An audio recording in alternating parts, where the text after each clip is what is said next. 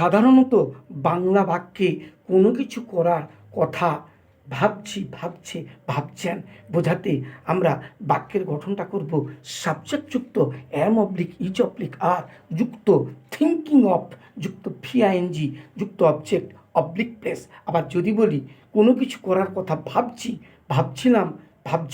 ভাবছিলাম ইত্যাদি যদি বোঝায়, তখন আমরা বাক্যের গঠনটা করব সাবজেক্ট যুক্ত ওয়াজ অবলিক ওয়ার যুক্ত থিঙ্কিং অফ যুক্ত ভিআইএনজি যুক্ত অবজেক্ট অবলিক প্লেস। যদি বলি আমি আগামীকাল একটা গাড়ি কেনার কথা ভাবছি, I am thinking of buying a car tomorrow.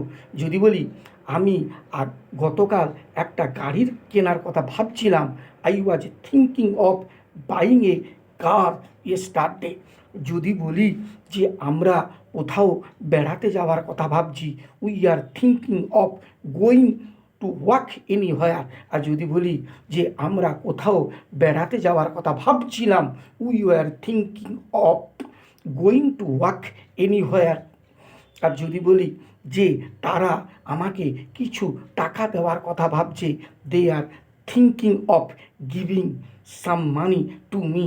আর যদি বলি তারা আমাকে কিছু টাকা দেওয়ার কথা ভাবছিল, they were thinking of giving some money to me. আশা রাখি তোমরা ব্যাপারটা বুঝতে পেরেছো।